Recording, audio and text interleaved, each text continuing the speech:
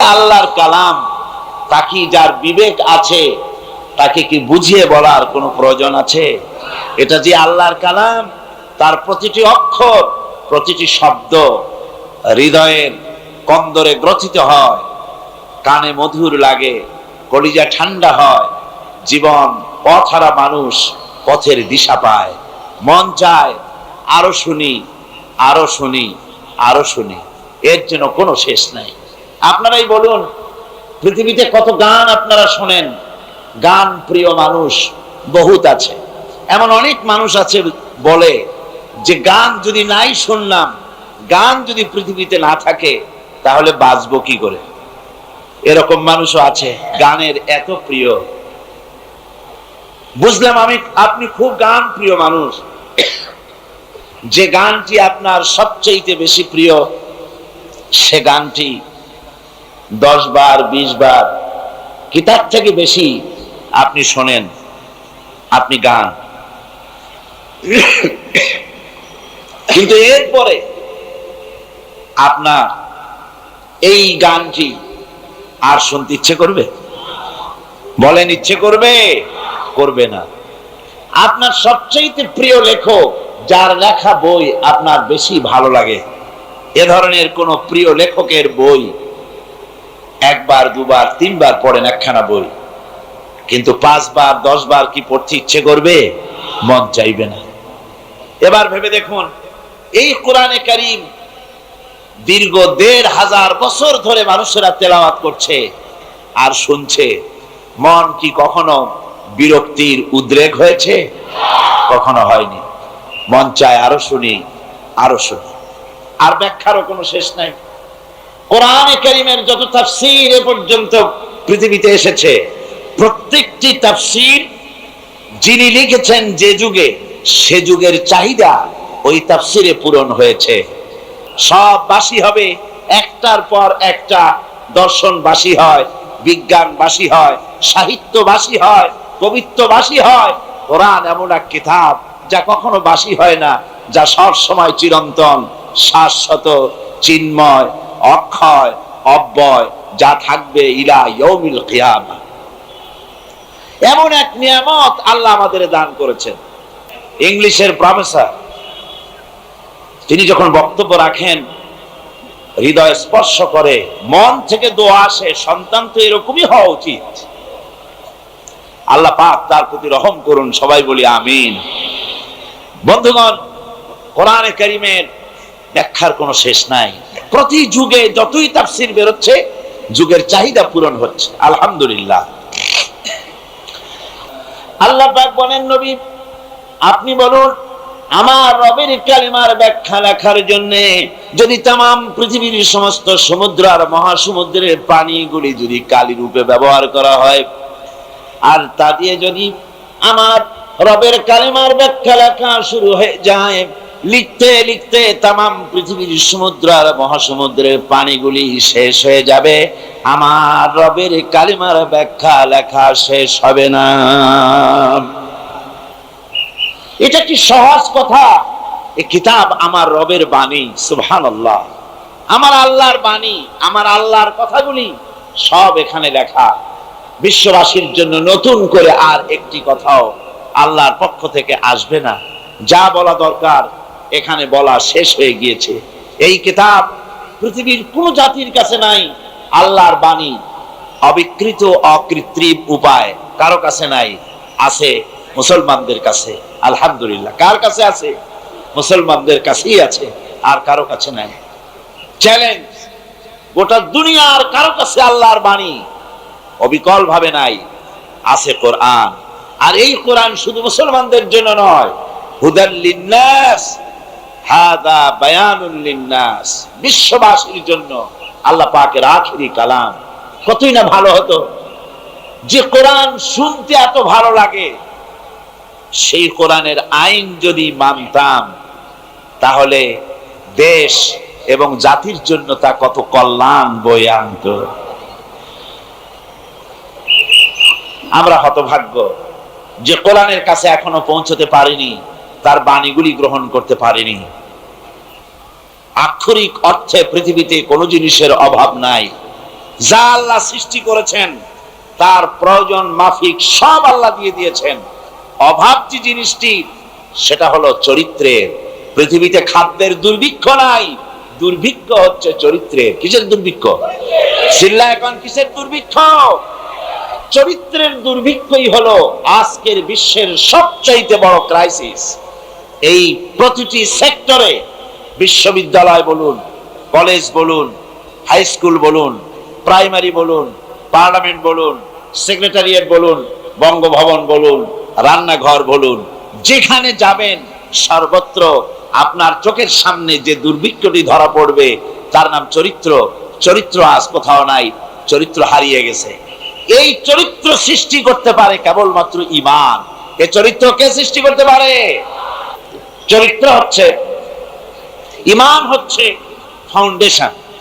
এই জন্য ঈমানের সাবজেক্টটা আমি ধরেছি এবার, আল্লাহ পাক যদি বলার তৌফিক দেন। ঈমান হচ্ছে ফাউন্ডেশন, ভিত্তি। ভিত্তি যদি মজবুত হয় আর এর উপরে যদি আপনি মাল্টি স্টোরেড বিল্ডিং করেন, 50 তলা, 20 তলা, 100 তলা, ফাউন্ডেশন মজবুত হলে বিল্ডিং টিকে থাকবে।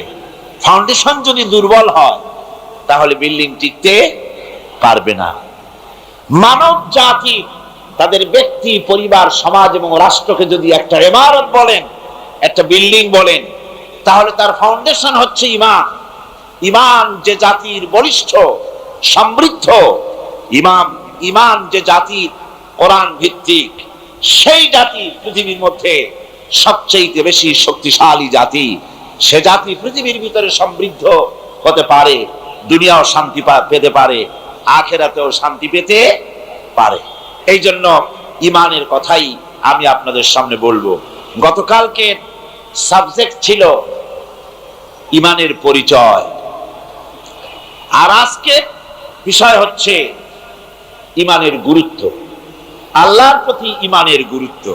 এবং পশ্চিম দিকে মুখ ঘোরানোর মধ্যেই কোনো কল্যাণ নিহিত নেই। বস্তুত প্রকৃত সৎ কাজ কি? প্রকৃত সৎ কাজটাই হচ্ছে আল্লাহর প্রতি ঈমান।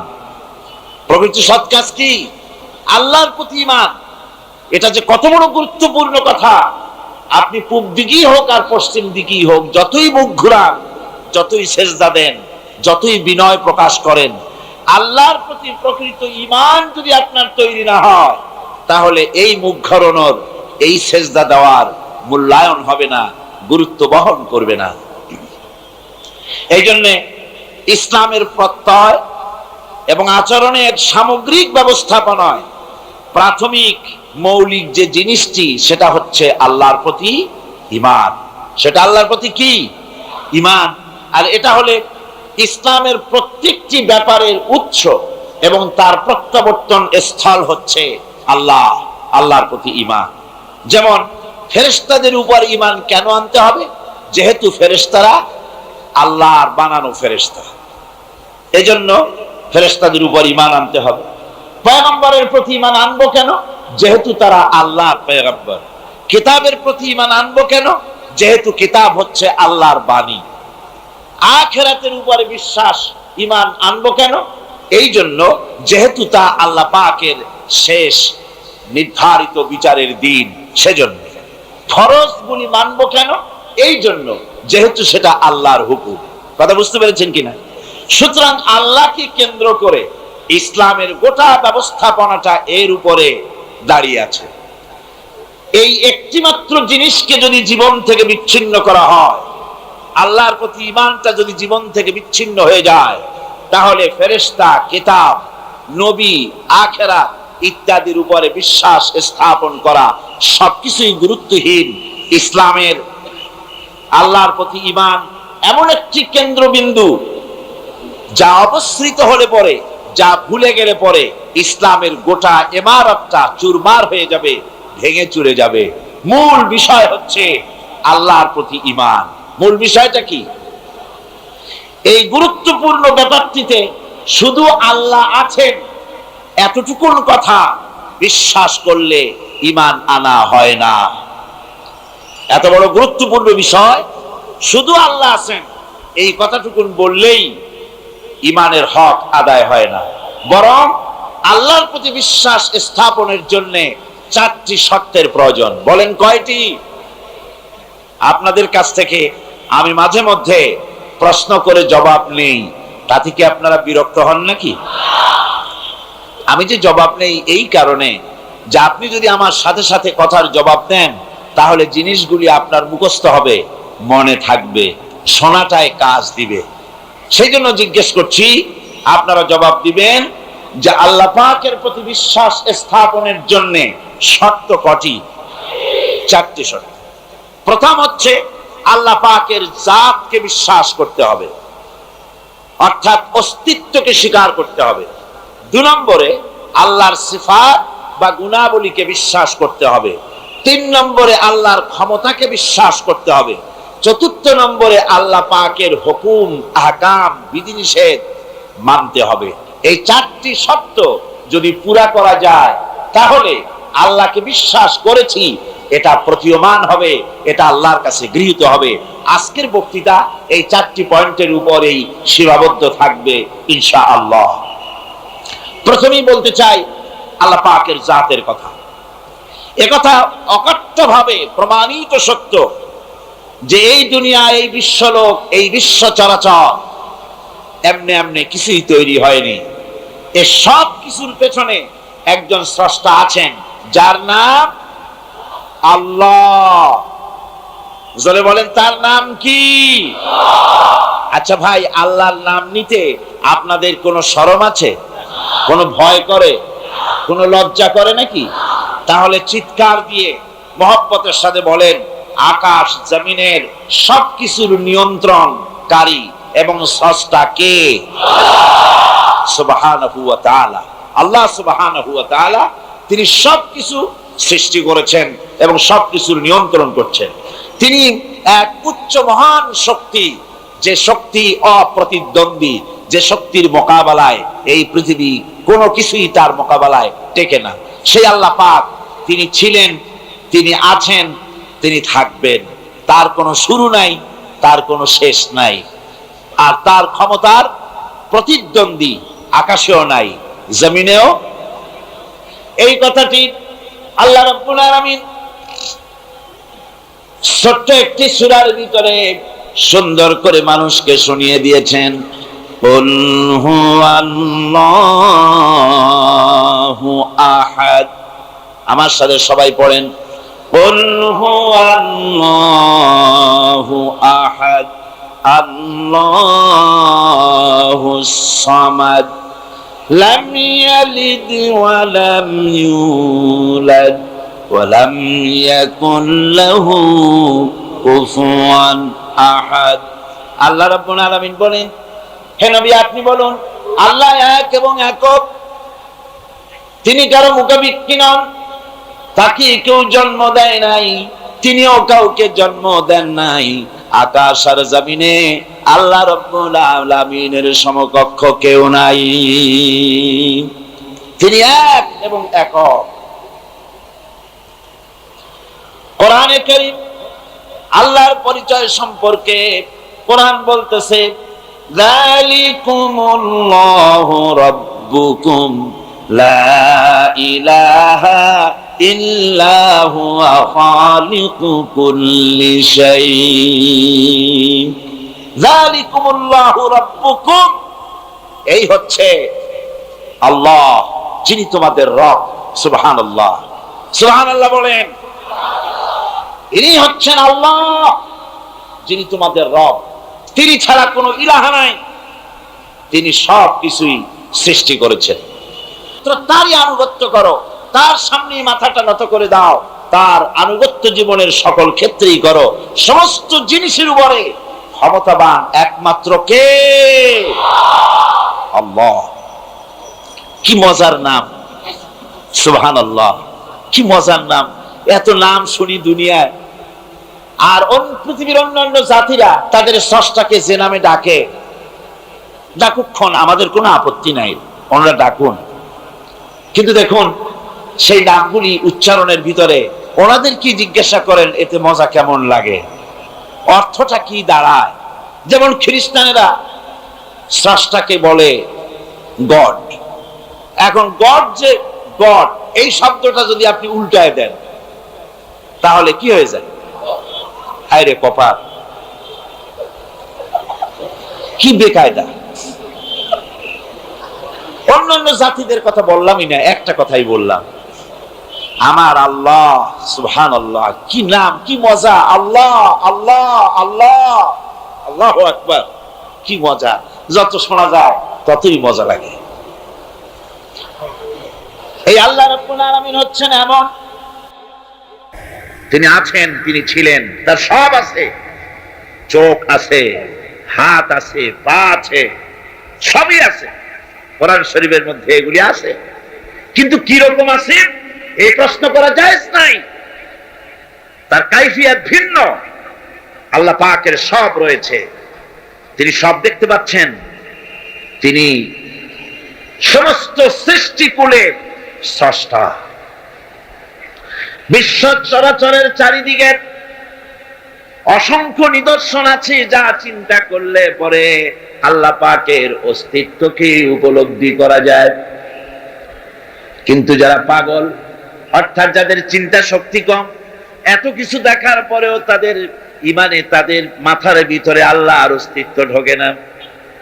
একজন বেদুইনকে জিজ্ঞাসা করা হলো, বেদুইন, বদবি, গ্রাম্য লোক, কলেজে পড়ে নাই, ইউনিভার্সিটিতে পড়ে নাই, সায়েন্স ল্যাবরেটরিতে রিসার্চ করে নাই, এমন একজন গ্রাম্য বদবিকে জিজ্ঞাসা করা হয়েছিল, আল্লাহর অস্তিত্বের প্রমাণ স্বরূপ তুমি কিছু বলতে পারো কিনা, আল্লাহ আছে নাকি? ওই গ্রাম্য লোক বললেন,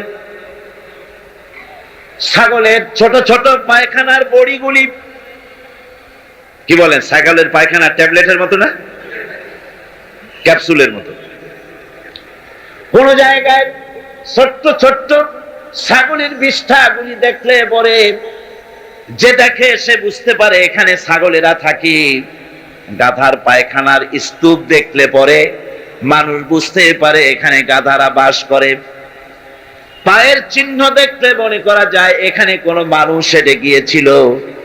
এই ছোট ছোট জিনিস দেখলে পরে যদি ছাগল, গাধার, মানুষের অস্তিত্ব বোঝা যায়, তাহলে ওই বিরাট আকাশ, এই বিশাল জমিন, গাছপালা, তরুলতা দেখে কেন বোঝা যাবে না যে স্রষ্টা একজন আছেন? কেন বোঝা যাবে না? একটা বেদুইন, লেখাপড়া করে নাই, স্কুলে কলেজে পড়ে নাই, এই লোকটি হাসান আইয়ুব, মিশরের এক নাম করা লেখক, তার কিতাবের মধ্যে লিখেছিল, আজকেই পড়লাম আমি। আমার বন্ধুগণ, আল্লাহ রাব্বুল আলামিন এই পৃথিবীর বুকে অসংখ্য তার নিদর্শন রেখে দিয়েছেন। দেখো আর বোঝো, ইন্না ফি খালকিস সামাওয়াতি ওয়াল আরদি ওয়া ইখতিলাফিল লাইলি ওয়ান নাহার, নিশ্চয়ই আকাশ সৃষ্টি আর জমিন সৃষ্টি আর রাতের দিনের ভিতরে যে পরিবর্তন হয়, এই এর ভিতরে আল্লাহ রাব্বুল আলামিনের নিদর্শন রয়েছে। আর কি, ওয়াল ফুলকিল্লাতী তাজরি ফিল বাহরি বিমা ইয়ানফাউন নাস, সমুদ্রের ভিতরে জাহাজগুলি মানবতার কল্যাণকারী, মানুষের সাহায্যকারী অসংখ্য দ্রব্য নিয়ে লোহার এই বানানো, কাঠের বানানো জাহাজগুলি যে সমুদ্রে চলাচল করে, এগুলিকে দেখে, এগুলি দেখার পরে, আকাশ এবং দেখা, জমিন দেখার পরে মনের ভিতরে কি ভাবান্তর হয় না? নিশ্চয়ই এর পেছনে কোনো স্রষ্টা আছে, যার নাম আল্লাহ রাব্বুল আলামিন। যার নাম কি? আল্লাহ রাব্বুল আলামিন। আমার দেশে কলেজ, ইউনিভার্সিটিতে পড়ুয়া বহুত ছেলে পেলে আছে, পড়াশোনা করে, মাস্টার ডিগ্রি করে এসেছে, এসে বলে কদ্দুর আর পড়ছে, বড় জোর 2 খান বিজ্ঞানের বই, 2.5 খান ভূগোলের বই, 3.5 খান ইংরেজি বই পড়ে টড়ে এসে বলে, ভাই সব বুঝে ফেলেছি। বলে, বাবা কি বুঝেছো? দেয়ার ইজ নো গড, স্রষ্টা বলতে কেউ নাই। নাউজুবিল্লাহ। বন্ধুগণ, কিসমত যদি ভালো হয়, সামান্য জিনিসের ভিতরে আল্লাহর নিদর্শন খুঁজে পায়। ইমাম জাফর সাদেক তার কাছে এক নাস্তিক এসেছে। নাস্তিক বলছে, তার সঙ্গে ঝগড়া হচ্ছিল। সে বলছে আল্লাহ আছে, আমি তো মানি না, আল্লাহ বলতে কেউ নাই। সৃষ্টিকুল চিন্তা করে একটা আল্লাহরে বানাইছে, আসলে আল্লাহ বলতে কেউ নাই। ইমাম জাফর সাদেক তাকে বললেন, আচ্ছা নাস্তিক, তোমার জীবনে কি এমন কোন ঘটনা কখনো ঘটেছে যে তুমি সমুদ্রে চলে যাচ্ছিলে, সমুদ্র পথে চলেছ, আর সমুদ্রে তোমার জাহাজ ডুবি ঘটেছিল, বিশাল ঢেউয়ের মধ্যে পড়েছিলে, এমন কি কোনো ঘটনা জীবনে ঘটেছে? নাস্তিক কিছুক্ষণ চোখ বুজে থেকে বলল, হ্যাঁ, একটা সুন্দর কথা আপনি বলেছেন। আমার জীবনে আমি একবার সদাগরি জাহাজে সমুদ্র অভিযান করেছিলাম। মাঝ পথে প্রচন্ড ঢেউ সৃষ্টি হলো, ঢেউয়ের মুখে জাহাজটা ডুবে গেল। তারপর নাবিক সাথী সঙ্গী নিয়ে মনে করেছিলাম যে বেঁচে থাকবো। শেষ পর্যন্ত নাবিক হারিয়ে গেল, সাথী সঙ্গী হারিয়ে গেল। একটা তক্তা কোন রকম করে বুকের সাথে জড়িয়ে সাঁতরাতে লাগলাম। প্রচন্ড এক ঢেউ এসে আমার শেষ অবলম্বন এই তক্তাটাও আমার কাছ থেকে ছিনিয়ে নিয়ে গেল। এরপরে কোন ক্রমে বেঁচে গেলাম। ইমাম জাফর সাদেক তখন তাকে জিজ্ঞেস করলেন, আচ্ছা সত্যি করে বলো, বুকে হাত দিয়া, যখন তোমার জাহাজটা ডুবে গেল সমুদ্রের ভেতরে, নাবিক হারিয়ে গেল, সাথী সঙ্গী হারিয়ে গেল, শেষ অবলম্বন তক্তাটাও যখন হারায় গেল, তখন তোমার মন কার কাছে সাহায্য চেয়েছিল বলো তো? নাস্তিক এবার কিছুক্ষণ নীরব হয়ে গেল। নাস্তিক এবার বলছি, সত্য করে বলতেছি, যখন আমার কাছে আর কিছুই অবলম্বন ছিল না, বাঁচার কোনো পথ ছিল না, জীবনের মধ্যে একটাবার সেই মুহূর্তে আমার মুখ থেকে নিজের অজান্তে বেরিয়ে গেল, আল্লাহ আমারে বাঁচাও। এই যে বললাম, সঙ্গে সঙ্গে এক তুফান প্রচন্ড আঘাত দিয়ে আমাকে ছিটকে দিয়ে তীরে আমাকে নিক্ষেপ করে দিল। ইমাম জাফর বললেন, নাস্তিক রে, জাহাজ ডুবে গেল, নাবিক হারায় গেল, তক্তা হারায় গেল, যাকে জীবনে একবার ডাক দেওয়ার পর অত বড় বিপদ থেকে বাঁচায় দিল, তোমার এই অদৃশ্য থেকে সাহায্য করে, সেই আল্লাহরে কেমনে ভুলে গেলে, কিভাবে তাকে তুমি অস্বীকার করলে? নাস্তিকের চোখ থেকে পানি বেরিয়ে গেল। নাস্তিক বলল, ইমাম আমি ভুল করেছি, আমি আমার জীবনের সাথে প্রতারণা করেছি, আমি হাত বাড়ায় দিলাম আমার ইমানের কলেমা পড়ায়া। কোরআন আবার বলে, আফালাম ইয়ানজুরু ইলাস সামাই ফাওকাহুম কাইফা বানাইনাহা ওয়া যায়্যানাহা ওয়া মা লাহা মিন ফুরুজ। তারা কি কখনো নিজেদের উপরে অধিষ্ঠিত, নিজেদের উপরে অবস্থিত ওই বিশাল আকাশের দিকে কি তাকায় দেখে না, কিভাবে আকাশটা আমি বানালাম, আর কি সুন্দর করে আকাশটারে আমি সাজায় দিলাম? এটা কি তারা দেখে না? যার ভিতরে কোনো ফাঁকা নাই, এত সুন্দর করে আকাশটারে বানালাম, ওই আকাশের দিকে কি তাকায় না? আকাশ নিয়ে কি চিন্তা ভাবনা গবেষণা করে না? আমার ভাইয়েরা, বহু লোক এমন আছে ওই আকাশের দিকে তাকায়। বিজ্ঞানীদের মধ্যেও এমন আছে, কেউ কেউ বলে আকাশ বলতে কোনো জিনিস নাই, অনেক দূর তাই নীলা নীলা দেখা যায়, আকাশ বলে কোনো জিনিস নাই। নাউজুবিল্লাহ, বহুত দূরে, সেই জন্য ওইরকম দেখা যায়, আসলে কিছু নাই। আর সত্যিকারের বড় বড় বিজ্ঞানী যারা, তারা আকাশের অস্তিত্ব সম্পর্কে চিন্তা ভাবনা করে, তাদের চিন্তা এবং গবেষণায় এই জিনিস ধরা পড়ে যে নিঃসন্দেহে আকাশ বলে কিছু আছে। মহাশূন্য যারা গবেষণা করছে, চিন্তায় তারা হয়রান হয়ে যাচ্ছে, বিস্ময় হতবাক হচ্ছে। আল্লাহ পাক বলছেন, ওমা লাহা মিন ফুরুজ, এর ভেতরে কোনো ফাটল নাই। আকাশ থেকে নিয়ে জমিন পর্যন্ত এই বিশাল মহাশূন্য যারা গবেষণা করছে। আমেরিকায় এবার আমার অনেক লম্বা সফর ছিল, 11টা স্টেট সফর করলাম। তার ভিতরে হিউস্টন, যেখানে হচ্ছে মহাশূন্য গবেষণাগার এর প্রধান কেন্দ্র, হেড অফিস, অন্তত 3-4 দিন সময় হলে ভালো করে দেখা যায়। এত বড় বিশাল এরিয়া। আমার হাতে সময় ছিল 5 ঘন্টা। এই 5 ঘন্টায় যতদূর সম্ভব আমি দেখলাম, বিজ্ঞানীদের সঙ্গে যারা রিসার্চ করছে তাদের সঙ্গে আলোচনা করলাম। তারা বললেন, মহাশূন্য যতই দেখছি ততই বিস্ময়, হতবাক, বিমুখ হয়ে যাচ্ছে। এই যে পৃথিবী, এই পৃথিবীটা মহাবিশ্বের তুলনায় একটা মার্বেলের চাইতে বড় কিছু নয়। মার্বেল চেনেন তো? এই যে ছেলেরা রাস্তায় খেলাধুলা করে, এই পৃথিবীটা একটা মার্বেলের চাইতে বেশি কিছু নয় মহাশূন্যের তুলনায়, মহাবিশ্বের তুলনায়। বিশাল এই মহাশূন্যে রয়েছে গ্যালাক্সি। এক একটা গ্যালাক্সির ভিতরে, মিল্কি ওয়ের ভেতরে রয়েছে সহস্র সহস্র বিলিয়ন মিলিয়ন ট্রিলিয়ন তারকা। যেসব তারকা এত এত বড়, বিজ্ঞানীরা বলেছেন সূর্য তো পৃথিবীর চাইতে 13 লক্ষ গুণ বড়, কিন্তু এই রকম 1 থেকে 1.5 কোটি সূর্য খাইয়া হজম করে ফেলাতে পারে এরকম হাজারো তারকা মিল্কি ওয়ের মধ্যে আল্লাহ তৈরি করে রেখে দিয়েছেন। সুবহানাল্লাহ বিহামদিহি। এই মহাশূন্যের ভেতরে আল্লাহ পাক যে কত কিছু সৃষ্টি করে রেখেছেন, মানুষ ক্রমান্বয়ে তা দেখছে এবং অবাক হয়ে যাচ্ছে। বিজ্ঞানীরা চাঁদে গিয়েছেন, সেই চাঁদের থেকে মাটি আহরণ করে নিয়ে এসেছেন। সেই মাটি যেখানে রেখেছে সেখানে লেখা আছে টাচ মুন, চাঁদের মাটি স্পর্শ করো।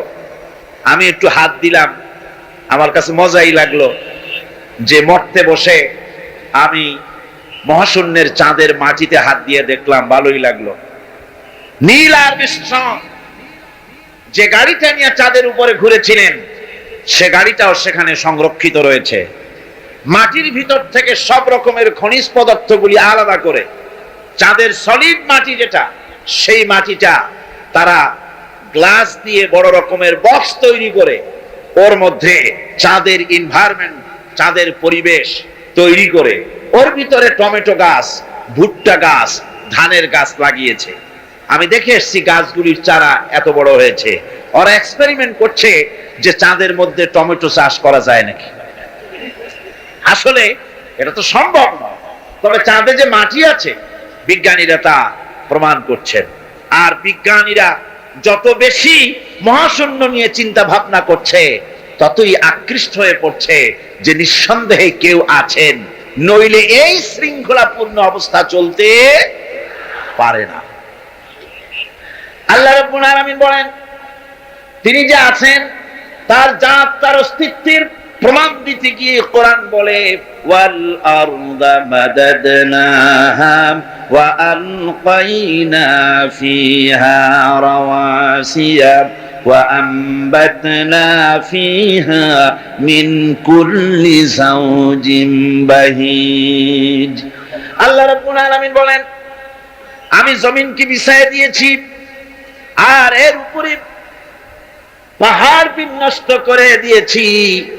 জমিনটারে বিছায় দিলাম, জমিনটারে গালিচা বানায় দিয়েছি, জমিন বানায় তাতে আবার ঘাস বানাইছি, সুন্দর করে গালিচার মতো কার্পেটের মতো সবুজ শ্যামল করে দিয়েছি।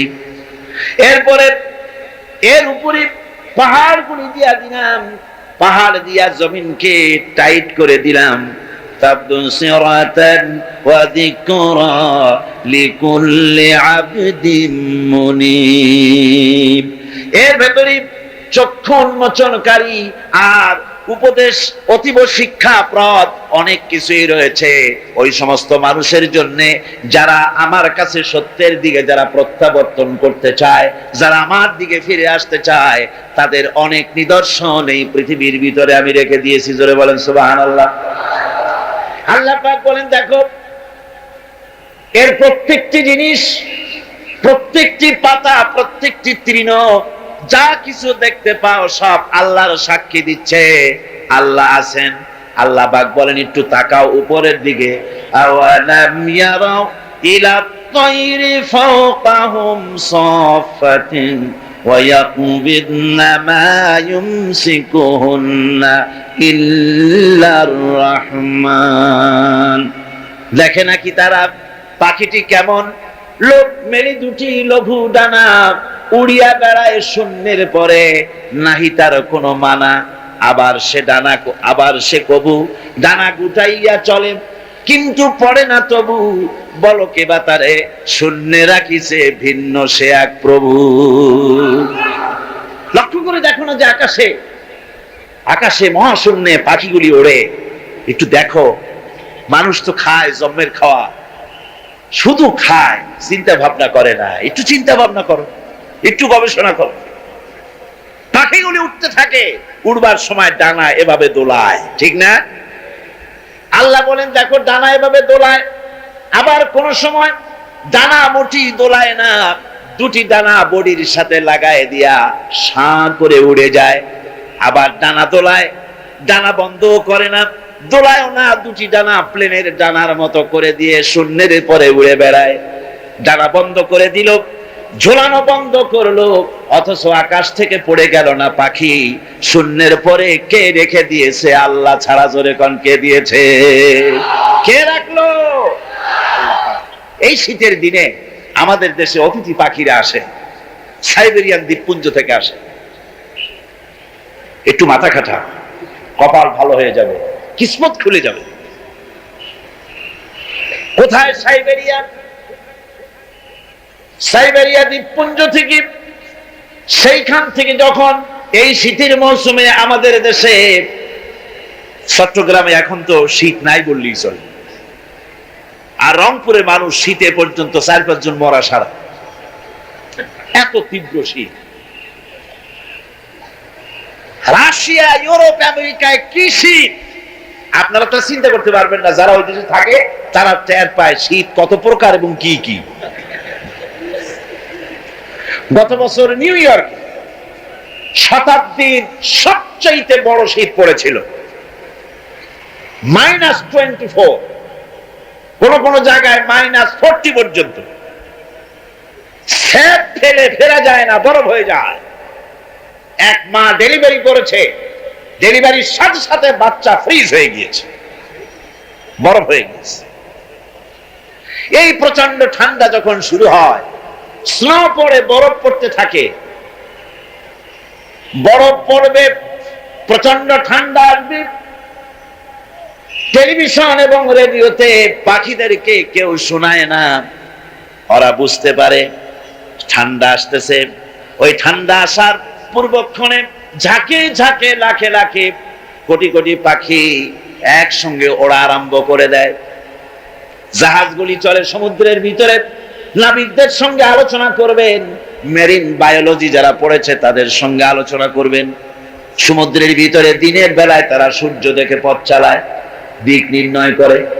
রাতের আধারে সমুদ্রের ভিতরে নাবিক যেন হারায় না যায়, সেজন্য আল্লাহ পাক বলেন আকাশে তারকা খচিত করে রেখেছি, তারকা দেখে দেখে নাবিকেরা পথ চালায়। পথে কোনো বিপদ আছে নাকি? চুম্বকের পাহাড় আছে নাকি? সাইক্লোন এরিয়ার ভিতরে পড়ে যায় নাকি? সেজন্য রয়েছে রাডার, এগুলি দেখে দেখে পথ নির্ণয় করে। এবার আপনারা আমাকে জবাব দেন, হাজার হাজার মাইল দূর থেকে পাখিরা পাড়ি দিয়া বাংলাদেশে আসে, সিলেটে আসে, দিনাজপুরে আসে। এই যে দূর দূরান্ত থেকে হাজার হাজার মাইল দূর থেকে পাখিরা এলো, তার নেভিগেশন কে করে দিল? রাডার কে করে দিল? কে তার পথের দিশা দিল? এ পথে গেলে বাংলাদেশ পাবি। সুবহানাল্লাহ, জোরে বলেন সুবহানাল্লাহ। কে তিনি? আমার আল্লাহ। জোরে বলেন আল্লাহ। সুবহানাল্লাহ। আল্লাহ তোমার জন্য মহব্বত করতে পারি তৌফিক দাও, তোমার জন্য যেন বাঁচতে পারি তৌফিক দাও, তোমার নামের উপরে যেন মরতে পারি তৌফিক দাও, জান্নাতে তোমার যেন দেখতে পারি তৌফিক দাও। এসব অসংখ্য নিদর্শন দেখে যারা বুদ্ধিমান, যারা জ্ঞানবান, যাদের মাথার ভিতরে কিছু আছে, তারা বোঝে নিঃসন্দেহে একজন আছেন তিনি আর কেউ নাম, তার নাম হচ্ছে আল্লাহ রাব্বুল আলামিন। এবার আল্লাহ পাক বলেন তাকাও, আমার ক্ষমাশীল তিনি, সপ্ত আকাশ রচিলেন থরে থরে, কোন ত্রুটি হেরিবে না তার পূর্ণ সৃজন পরে। আল্লাহ পাকের ওই আকাশের দিকে তাকাও, জমিনের দিকে তাকাও, আল্লাহ বলেন বারবার দেখো, বারবার তাকাও, দেখো আমার সৃষ্টির ভিতরে কোনো ভুল আছে নাকি, আমার সৃষ্টির ভিতরে কোনো খুঁত আছে নাকি, কোনো রং আছে নাকি, কোনো অসুবিধা আছে নাকি, ভালোভাবে তাকাও, আবারও তাকাও। তার সৃষ্টি পানে দেখো কিছু ভুল চুক, ফিরাও তোমার নয়ন খানি, ফিরাও তোমার মুখ। অক্ষমহীন দৃষ্টি তোমার সৃষ্টিতে পাবে ফাঁকি, ফিরাও তোমার নয়ন খানি, ফিরাও কাঙ্গালাখি। তাকাতে তাকাতে চোখ আজিজ হয়ে, দুর্বল হয়ে তোমার দিকেই ফিরে আসবে, আমার সৃষ্টির ভিতরে কোনো ভুল দেখতে পাবে না। সুবহানাল্লাহ কর, সুবহানাল্লাহ কইতে ইচ্ছা করে না মিয়া?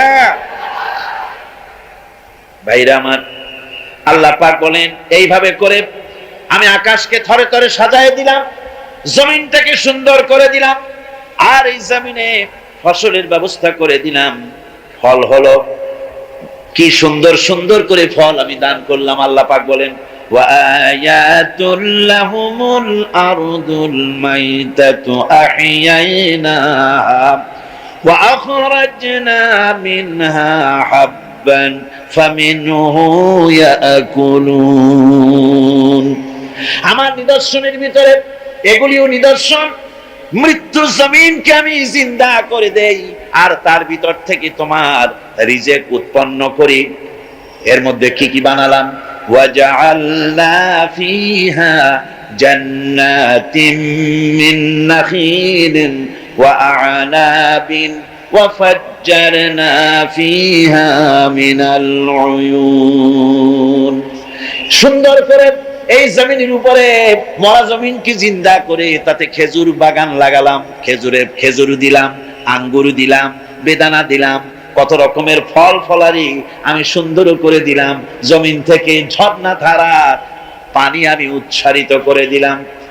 লিয়াকুলু মিন সামারিহি ওয়া মা আমিলাতুহু আইদিহিম আফালা ইয়াশকুরুন।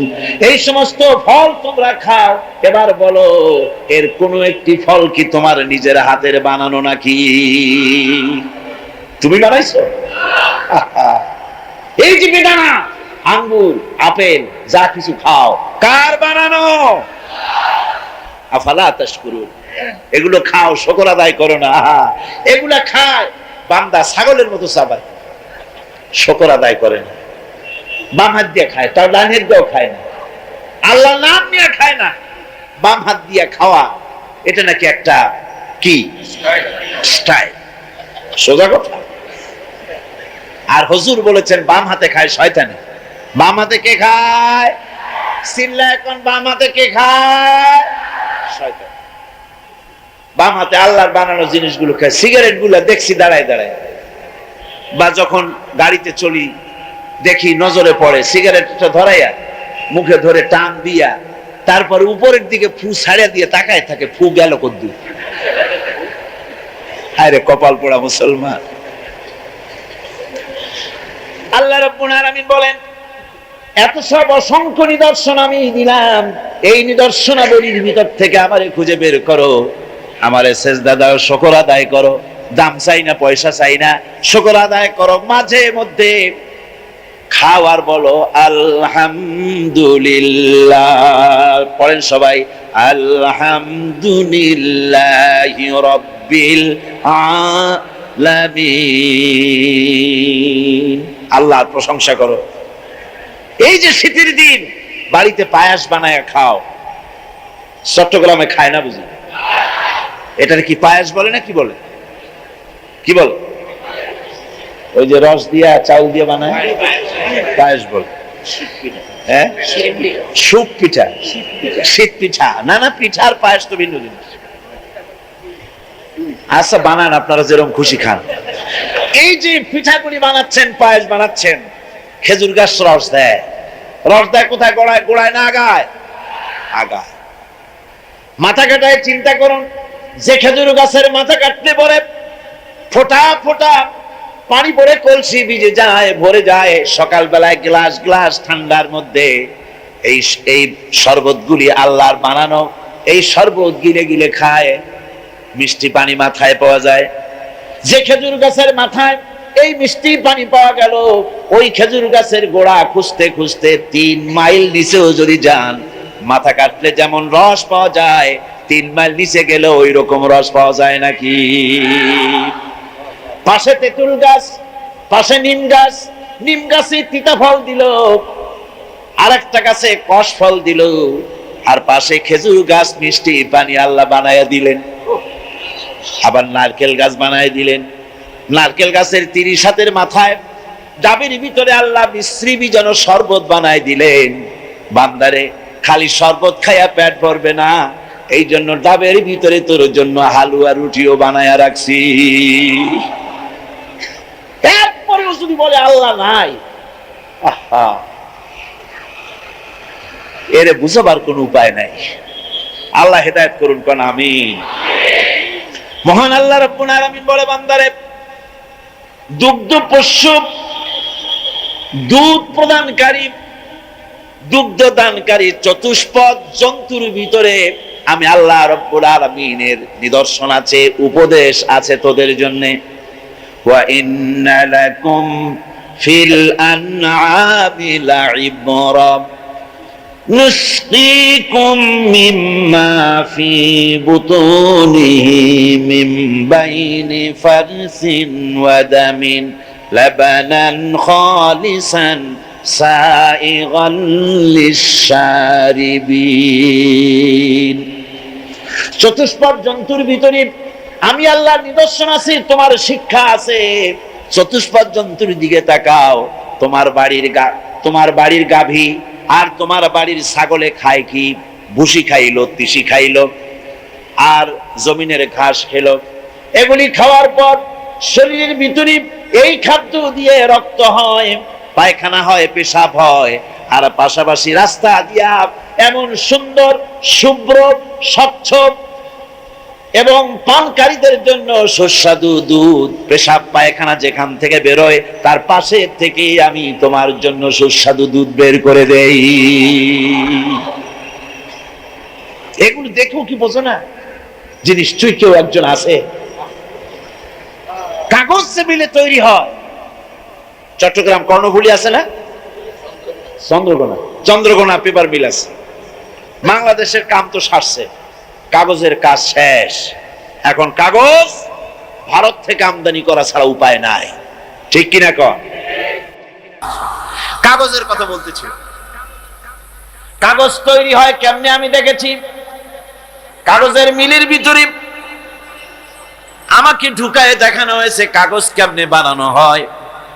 বাঁশগুলি আর কাঠগুলি ইলেকট্রিক হিটে পানির মতো গলে যায়, আর 3-4টা নেটে ছাঁকনি দিয়ে বহু কায়দা কানুন করে পাতলা হয়ে ফর্মের মধ্যে এসে আস্তে আস্তে কাগজের রূপ নেয়। গাছ দিয়ে কাগজ তৈরি হলো, বাঁশ দিয়ে কাগজ তৈরি হলো, পাটের খড়ি দিয়ে, মন্ড দিয়ে কাগজ তৈরি হলো। এতগুলো নেট থাকে, ছাকনা থাকে, যাতে করে কোনো আবর্জনা না আসে, কাগজটা যেন প্লেন হয়। এত ছাকনা দেওয়ার পরেও কাগজে কলম দিয়ে লিখতে গিয়ে নিপের সাথে মাঝে মধ্যে আবর্জনার সাথে অ্যাক্সিডেন্ট হয়ে যায় না? এত সাবধানতা অবলম্বন করার পরেও কাগজের ভিতরে আবর্জনা দেখা যায়। এবার বলেন, গাভী আর ছাগলে ঘাস খেলো, কুটা খেলো, বসে গেল, তিসে গেল, জীবন ভর দুধ খেলেন, একদিন বলেন বুকে হাত দিয়া বলেন কোনদিন দুধের মধ্যে একটা ঘাসের কণাও পেয়েছেন নাকি? আল্লাহ রাব্বুল আলামিন বলেন, বান্দারে, এত সুন্দর করে খাওয়ালাম, আমার শুকর কেন আদায় করলি না? দুধ খা আর আমার শুকর আদায় কর। বল আলহামদুলিল্লাহি রাব্বিল রাব্বিল আলামিন। জোরে সোরে জিকির করেন আল্লাহর লা ইলাহা ইল্লাল্লাহ, লা ইলাহা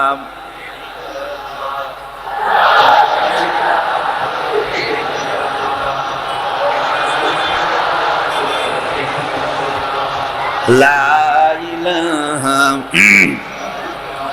লা ইলাহা ইল্লাল্লাহু মুহাম্মাদুর রাসূলুল্লাহ।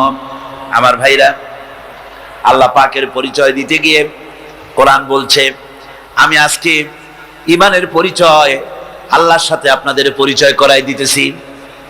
আমার কি ক্ষমতা পরিচয় করাবার? পরিচয় করাচ্ছি কোরআন দিয়ে। আল্লাহ নিজে তার নিজের পরিচয় দিচ্ছেন, কোন সুবহানাল্লাহ। আল্লাহ রাব্বুল আলামিনের পরিচয় দিতে গিয়ে রব্বুল আলামিন বলতেছেন, আফারাআইতুম মা তাহরুসুন আআনতুম তাজরাউনাহু আম নাহনুজ যারিউন। তোমরা কি কখনো চিন্তা করে দেখেছো যে তোমরা যে বীজ বপন করো মাটিতে, এর থেকে কে বীজকে উদ্গত করে দেয়? এই বীজকে কে উদ্গত করে দিল মাটি থেকে? কে দিল? কে দিল? এই বীজ জমিন থেকে তুমি উদ্গত করলে না আমি করেছি? আল্লাহ বলেন আমি উদ্গত করলাম। জমিনে বীজ উদ্গত হয়ে গেল, আর এই বীজ দিয়ে আমি ফসল দিলাম। এখন যদি আমি ফসল না দেই, জমিনে ধানের গাছ হয়েছে, ভুট্টা হয়েছে, নানান রকমের ফসলের গাছ হলো, গাছ দেখে খুশি হয়েছো, মোষে তেল মাখা আরম্ভ করছো। অনেকে চিন্তা করে এবার ধান বেশি হয়েছে, যাত্রা দেব, থিয়েটার দেব, গুনাগার বিবির গান শুনবো, ফসল বেশি হয়েছে। আল্লাহ পাক বলেন, শোনো, লাউ নাশাউ লাজআলনাহু হুতামান ফাযালতুম তাফাক্কাহুন। আমি যদি ইচ্ছে করি এই ফসলকে আমি রব্বুল আলামিন ভুসিতে পরিণত করে দিতে পারি, ফসলটা ভুসি হয়ে যাবে, ধানে চাউল হবে না, সব তুষ হয়ে যাবে। পারে কিনা আল্লাহ? জোরে চিল্লায় বলেন পারবেন কিনা? আমি ইচ্ছা করলে এটা করতে পারি। তখন তুমি আমার বিরুদ্ধে কি অ্যাকশন নেবা? করবাটা কি? সারা দুনিয়ার মানুষ যদি আল্লাহর বিরুদ্ধে অনশন ধর্মঘট করে, তাতে আল্লাহর কিছু আসে যায় নাকি? আল্লাহ বলেন, জমিনের ফসল যদি সব তুষে পরিণত হয়ে যায়, তখন তোমরা বলবে ইন্না লামুগরামুন, আমাদের উপরে তো উল্টা দণ্ড হয়ে গেল, হায় রে সর্বনাশ। বাল নাহনু মাহরুমুন, আমরা তো বঞ্চিত হয়ে গেলাম। কপালে হাত মারবা, চিৎকার করবা, আর কোনোই লাভ হবে না। ইচ্ছে করলে আমি জমিনের ফসল নষ্ট করে দিতে পারি। এরপরে লক্ষ্য করো, এই যে সুমিষ্ট পানি পান করো, কি বলেন? আমরা যে পানি পান করি, তৃষ্ণা যখন লাগে কি খাই? তৃষ্ণা লাগলে কি খাই? আমরা পানি পান করি। আহারে কি সুন্দর পানি! আল্লাহ রাব্বুল আলামিন বলেন, আফারাআইতুমুল মাআল্লাযী তাশরাবুন আআনতুম আনসালতুমুহু মিনাল মুজনি আম নাহনুল মুনজিলুন। এই যে পানি তোমরা পান করো, আকাশ থেকে পানি কে বর্ষণ করে? তুমি করো না আমি আল্লাহ করি? কে করে? চিল্লায় কোন? চিৎকার দিয়ে মুসলমানের মতো বলেন, কে করেন? কবি কি সুন্দর করে বলেছেন, কবি কি সুন্দর করে বলেছেন, এই সুন্দর ফল, এই সুন্দর ফুল, এই সুন্দর ফল, মিঠা নদীর পানি, খোদা তোমার মেহেরবানি। সুবহানাল্লাহ। এরাও কবি। এরা কি কবি? সত্যিকারের কবি, ভালো কবি, যারা আল্লাহর গুণ কীর্তন করে। সুবহানাল্লাহ।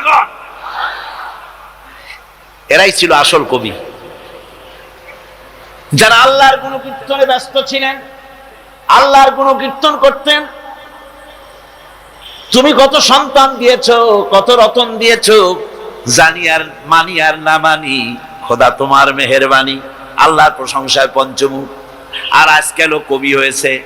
আজকাল যে কবিগুলি আছে সব কবি খারাপ তা আমি বলবো না, কিছু কিছু কবি এমন আছে, নাম কবি, আল্লাহর কথা বলে না, আল্লাহ রসুলের কথা বলে না, কোরআনের কথা বলে না, হাদিসের কথা বলে না, বরং বলে আজান যখন শুনি মনে হয় যেন বেশ্যার চিৎকার শুনি।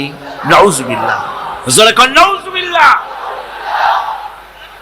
আর আমার জাতীয় কবি কাজী নজরুল বললেন, মসজিদেরই পাশে আমার কবর দিও ভাই, যেন সকাল সন্ধে আজান শুনতে পাই। এও একজন কবি। আল্লাহ কাজী নজরুলকে জান্নাতের মেহমান বানায় নিও, তার জীবনের গুনাহগুলি মাফ করে দিও।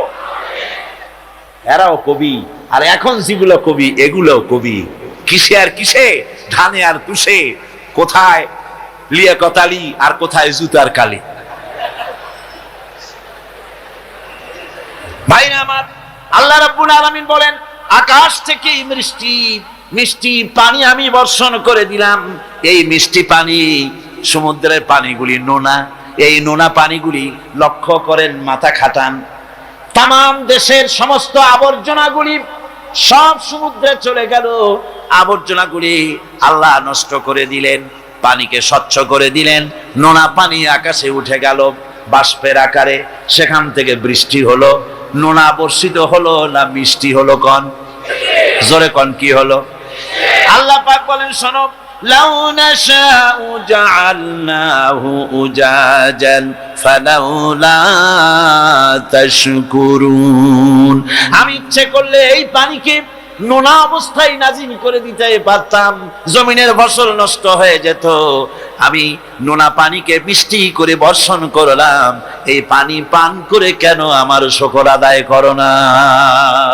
এই পানি পান করো আর আমার শুকর করো। পড়ো, আলহামদুলিল্লাহি রাব্বিল আলামিন। আমার বন্ধুগণ, কেউ কেউ বলতে পারে, আল্লাহ যদি বৃষ্টির পানি যদি না দেন আমার কি অসুবিধা, আমার জমিনের ফসলের কি অসুবিধা? আমার খালে পানি, আমার বিলে পানি, আমার হাওড়ে পানি, আমার পুকুরে পানি, আমার কুয়ায় পানি, আল্লাহ বৃষ্টি না দিলে কি হবে? আল্লাহ পাক বলেন, শোনো কি হবে। কুল আরাআইতুম ইন আসবাহা মাউকুম গাওরান ফামান ইয়াতিকুম বিমাইম মাইন। বলো দেখি, সবে শুকাইয়া যদি যায় এই জমিনের পানি, তাহলে হেথায় তটনির ধারা কে দিবে সবারে আনি? কুয়ার পানি, নদীর পানি, কর্ণফুলীর পানি, ব্রহ্মপুত্রের পানি, পদ্মার পানি, মেঘনার পানি, যমুনার পানি, হাওড়ের পানি, পুকুরের পানি সব যদি আমি আল্লাহ শুকায় দেই, তাহলে তোমার মরা গাঙ্গে পানির জোয়ার আবার কে এনে দিতে পারে? আছে কেউ? কেউ পারে না। সুতরাং এগুলি আমি দেই, আমার শুকরিয়া আদায় করো। তোমার জমিনের ফসল ভালোবার জন্য আমি পানির ব্যবস্থা করেছি। আল্লাহুল্লাযী আরসালার রিয়াহা ফাতুসিরু সাহাবা ফাসুকনাহু ইলা বালাদিন মাইয়িতিন ফাআহইয়াইনাহু বা'দা মাউতিহা কাযালিকান নুশুর। পানিগুলিকে বাষ্পীয় আকারে উত্তীর্ণ মেঘমালায় পরিণত করি, আর বাতাসে হুকুম করি, রে বাতাস এই মেঘকে টেনে নিয়ে যা অমুক এলাকার আকাশের উপরে নিয়ে যা, সাতকানিয়ায় নিয়ে যা, কক্সবাজারে নিয়ে যা। সাতকানিয়া কক্সবাজার কিন্তু কোরআন শরীফে নাই, আনন্দে 10 খান হওয়ার কোনো কারণ নাই। এটা আমি দৃষ্টান্ত দিলাম। যেখানে বৃষ্টির প্রয়োজন সেইখানে আল্লাহ বাতাসকে হুকুম করেন, এই মেঘকে কানে ধরে টেনে নিয়ে যা আর পানি বর্ষণ কর। পানি বর্ষণ হয়ে গেল। আল্লাহ বলেন, ফাআহইয়ানা বিহিল আরদা বা'দা মাউতিহা। জমিন ছিল মরা, মরা জমিন বৃষ্টির পানি পাইয়া জিন্দা হয়ে গেল। নববধূ যেমন গর্ভধারণের প্রস্তুতি নেয়, আকাশের বৃষ্টির পানি পাওয়ার পর মরা জমিন ফসলের জন্য প্রস্তুত হয়ে গেল। এরপরে তুমি বীজ বপন করলে, ওই বীজের ভিতরে 2টা পাতা অঙ্কুরিত হলো, পাতা দুটো উপরের দিকে উঠে গেল। এরপরে সূর্যের তাপ হলো সারাদিন, সারাদিনের প্রচন্ড সূর্যের তাপে কচি পাতা মুষড়ে গেল, মাটিতে পড়ে গেল। তুমি তো রাতের বেলায় আরামে ঘুমাইছো, তোমার ওই মুষড়ে যাওয়া পাতাগুলি সজীব করার জন্য আমার কুদরত কিভাবে কাজ করলো একদিনও কি চিন্তা করেছো? আমি যদি রাতের বেলায় বৃষ্টি দিতাম, বড় বড় ফোঁটা দিতাম, ফসলের চারাগুলি সব মাটির সাথে মিশে নষ্ট হয়ে যেত। আমি তাই বললাম, রে আকাশ, এ আমার মেঘ, এবার বৃষ্টির মতো বড় বড় ফোঁটা দিস না, কণা কণা শিশির বিন্দু দিয়া মুষড়ে যাওয়া পাতাগুলিকে সজীব আর প্রাণবন্ত করে দে। এর থেকে ফসল হলো, এর থেকে ফসল হলো, সেই ফসল খাও আর আমার শুকরিয়া আদায় করো না। আর কয় আল্লাহ নাই, আরে কপাল পোড়া। আল্লাহ পাক বলেন এবার ফসল হলো, রান্না করে খাবে, আগুনের প্রয়োজন, আগুন কোথায় পাবে? আল্লাহ পাক বলেন আফারাআইতুমুন নারাল্লাতী তুরুন, তোমরা কি কখনো চিন্তা করে দেখো নাই যে আগুন যা তোমরা জ্বালাও, এই জ্বালানি পাইলা কোথায়? এই জ্বালানি কোত্থেকে পেয়েছো? এই জ্বালানি কাঠগুলি আনতুম আনশাআতুম শাজারাতাহা আম নাহনুল মুনশিউন, এই গাছগুলি কে বানিয়েছে? তুমি না আমি? কে বানিয়েছে? চিল্লা এখন কে বানালেন? আল্লাহ পাক বানিয়েছে। সুন্দর করে গাছ বানালাম, গাছ দিয়া দেশ ভরে দিলাম। এই গাছগুলি মানুষেরা পাইকারি দরে কাটে, গাছ আর লাগায় না। গাছগুলি আল্লাহ পাকের নবী বলেছেন বিনা প্রয়োজনে গাছের পাতাটিও ছিঁড়ো না, কাজে লাগলে তো কাটতেও পারবা, কিন্তু বিনা প্রয়োজনে পাতাটাও ছিঁড়বা না, কারণ গাছের সব পাতাগুলি আল্লাহ রাব্বুল আলামিনের জিকির করে। এই গাছ, এই জ্বালানি আমি বানাইছি, কাঠ ফুরিয়ে যাচ্ছে, তাহলে পৃথিবী বাঁচবে কি করে, মানুষ খাবে কি করে? আল্লাহ পাক বলেন ওই চিন্তা তো তোমরা করো নাই, এই পৃথিবীর মানুষগুলিকে খাওয়াবার জন্য গাছ বানালাম। গাছ তোমরা জনমের মতো কাটলে, এবার গাছ যখন কমে গেছে, রান্নায় যেন কোনো অসুবিধা না হয় সেজন্য আমি মাটির তলা দিয়া গ্যাস বানাইয়া দিলাম। ওই গ্যাস কার? চিল্লা এখন গ্যাস কার? পেট্রোল কার? ডিজেল কার? কেরোসিন কার? সব কার? আল্লাহ সুবহানাহু ওয়া তাআলা। আল্লাহ পাক বলেন এইভাবে করে আমি রব্বুল আলামিন খাওয়া পড়ার ব্যবস্থা করে দিলাম। আমি সেই আল্লাহ, আমার নাম আল্লাহ। নাম কি? আমার উপরে ঈমান আনো। ঈমান আল্লাহ আছেন এতটুকুন কথাই যথেষ্ট নয়, পূর্ব পশ্চিমে মাথা যতই ঘুরাও না কেন ওটাই তোমাকে কল্যাণ আনবে না। কল্যাণ আনবে আল্লাহর জাতের উপরে পরিপূর্ণ ঈমান আনা লাগবে। রব্বুল আলামিন বলেন তুচ্ছ নাপাক পানি ফোঁটা দিয়া তোমাকে কেমনে বানালাম, এটার ভিতরেও আমার নিদর্শন রয়েছে। তুমি কি লক্ষ্য করেছো? আফারাআইতুম মা তুমনুন, এই যে তোমরা কি কখনোই চিন্তা করেছো যে সামান্য যে শুক্র তোমরা নিক্ষেপ করো, এর থেকে আনতুম তাখলুকুনাহু আম নাহনুল খালিকুন, ওই শুক্র ফোঁটা দিয়ে, এই বীর্য ফোঁটা দিয়ে, এই নুতফা ফোঁটা দিয়ে মায়ের পেটের ভিতরে সন্তান কে বানায়? এই বেটা কে বানায়? আল্লাহর নাম আপনাদের মুখে আমি খুব আস্তে শুনি, চিৎকার তো আমি দেই, গলার আওয়াজ ভাঙলে আমার ভাঙে, আপনারা শুনতে শুনতেও কি গলার আওয়াজ ভাঙে? তাহলে বলেন কে সৃষ্টি করেন? আলহামদুলিল্লাহ। আমার বন্ধুগণ, এবার চিন্তা করেন, মায়ের পেটের ভিতরে এক ফোঁটা নাপাক পানি দিয়ে কি সুন্দর সন্তান আল্লাহ বানায় দিলেন। কবি তাই বলতেছেন, আয়ে খোদা বেমিসলে है तू क्या तुम्हारा शान है, आए खुदा बेमिसले है तू क्या तुम्हारा शान है, एक कतरा गंदा पानी से मिसले पौरी करता है। তোমার কুদরতের শান কিভাবে আমি ঘোষণা করব? একটা ফোঁটা পানি দিয়া পরীর মতো সুন্দর মানুষ তুমি বানাও। সুবহানাল্লাহ। এটা কবির কথা। মানুষ তো পরীর চাইতেও সুন্দর। সুবহানাল্লাহ। এ মানুষ সবচাইতে শ্রেষ্ঠ সৃষ্টি কে? মানুষ। লাকাদ খালাকনাল ইনসানা ফি আহসানি তাকওয়িম। সবচাইতে সুন্দর করে বানাইছি কারে? মানুষকে। কারে বানাইছি? আমার ভাইরা, আল্লাহ পাক বলেন দেখো এই মানুষ বানাবার ব্যাপারেও কপাল পড়া কিছু সংখ্যক লোকেরা বলে যে মানুষ আসলে মানুষ না, বলে মানুষ কি? কয় মানুষ হলো বান্দর, বান্দরের গোষ্ঠী।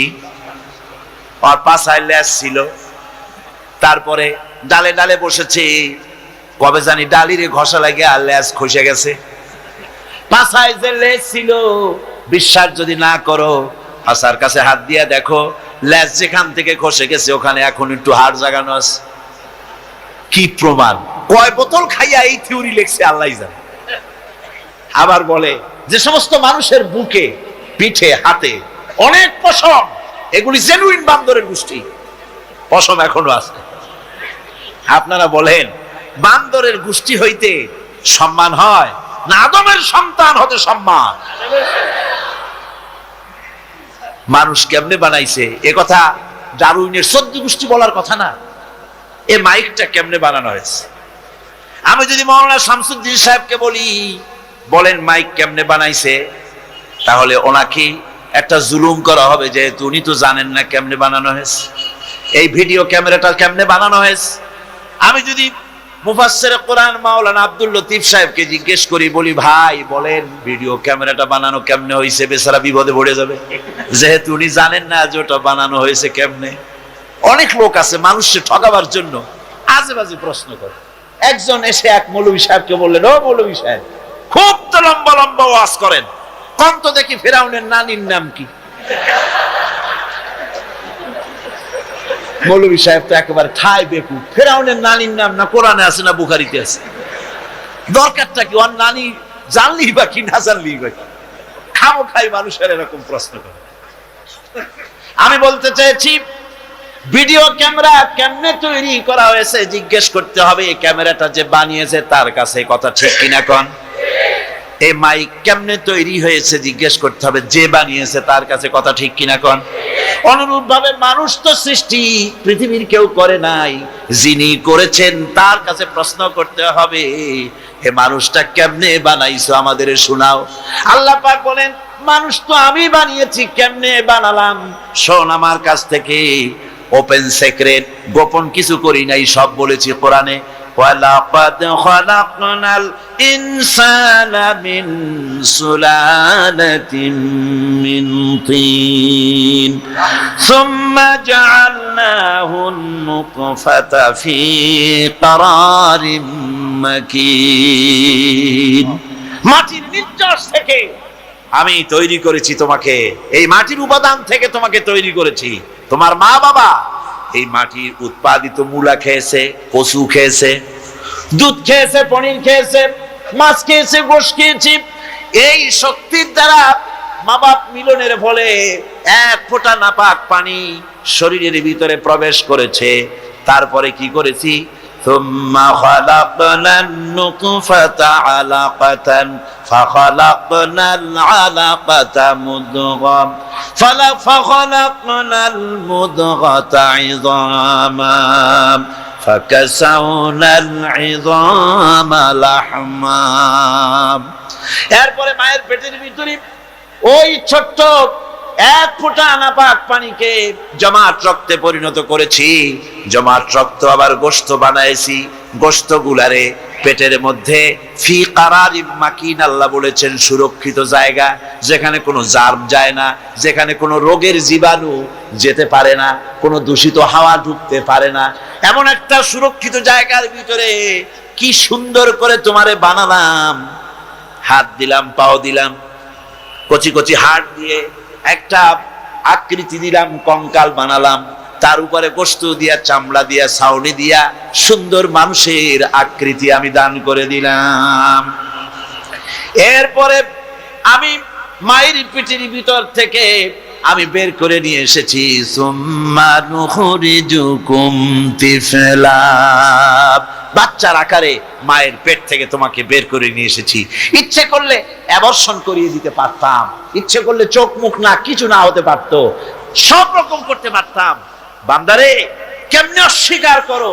নিজের শরীরের দিকে তাকাও। এই যে বডিটা আমি তোমাকে দিয়েছি, এটা দাম কত? এটা দাম কত?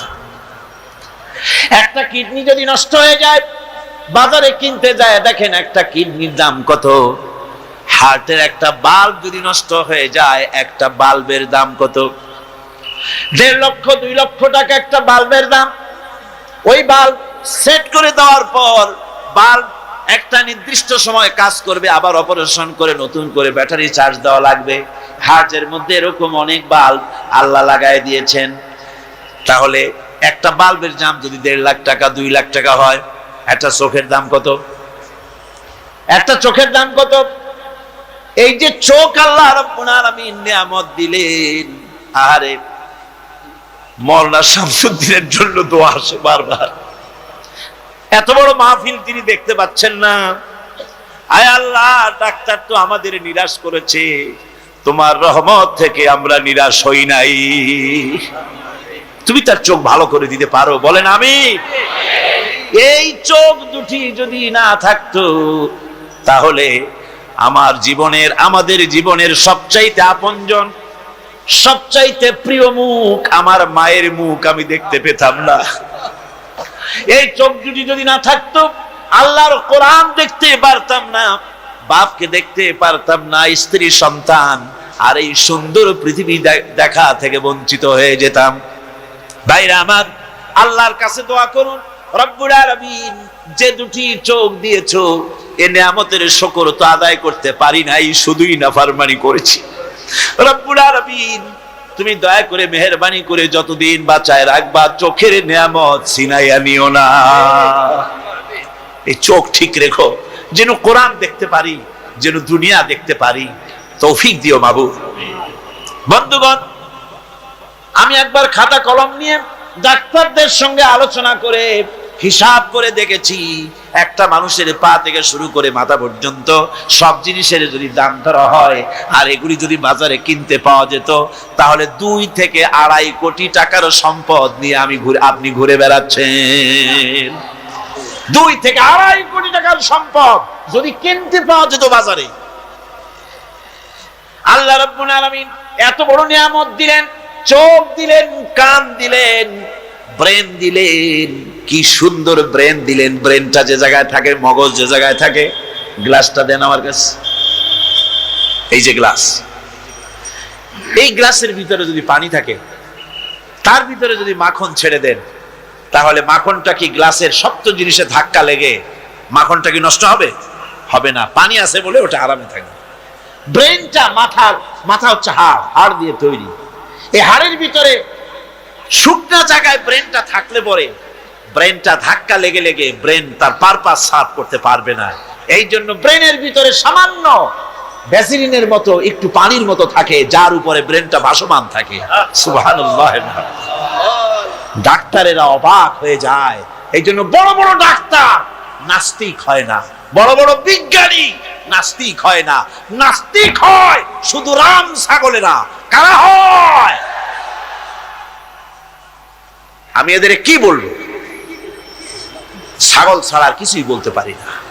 আহারে কি সুন্দর এই শরীর।